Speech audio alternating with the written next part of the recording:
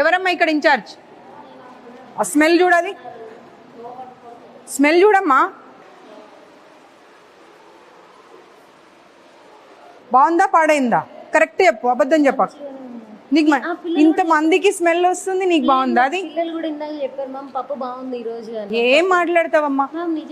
ఇప్పుడు నువ్వేమన్నా పాడైపోయిన స్మెల్ వస్తుందా లేదా? పాడైపోయిన స్మెల్ వస్తుందని ఇంతమంది చెప్తా ఉంటే బాగుందని చెప్తావేంటి? పిలవండి, పిల్లల్ని పిలవండి, పిలవండి పిల్లల్ని.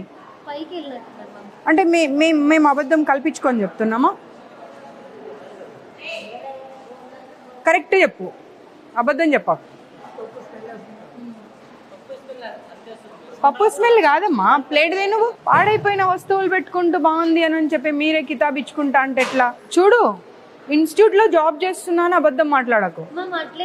చలో ఇది తీసుకొని వెళ్దాం పదా బయటకు. నువ్వు బయటకు వెళ్ళు, లేదంటే ఫుడ్ ఇన్స్పెక్టర్ కో కాల్ కరో, वो लोग आके చెక్ करेंगे. పద్మజ గారు, ఇప్పుడు ఈ కావూరి హిల్స్ లో గర్ల్స్ హాస్టల్ నుండి 1 month నుండి వీళ్ళు కంటిన్యూస్ గా కాల్స్ చేస్తున్నారని సరే వాళ్ళ వద్దామని వచ్చాను. ఇక్కడ వంటలు చూస్తూ ఉంటే పప్పు కంప్లీట్ గా అసలు స్మెల్ వస్తూ ఉంది, పాడైపోయి. అదే పప్పుని కాకపోతే ఏంటంటే వేడిగా చేసేసి పెడతా ఉన్నారు పిల్లలకి. ఫుడ్ ఇన్స్పెక్షన్ వాళ్ళకి కాల్ చేయండి.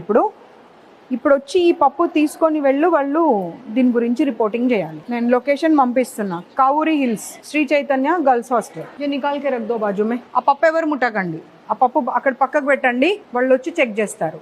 నువ్వు చెప్పడం అవసరం లేదు, నేను చెప్పడం అవసరం లేదు, వాళ్ళే చెప్తారు. ఎందుకంటే ఇప్పుడు ముగ్గురు పాడైపోయిందనే మాటనే చెప్పారు.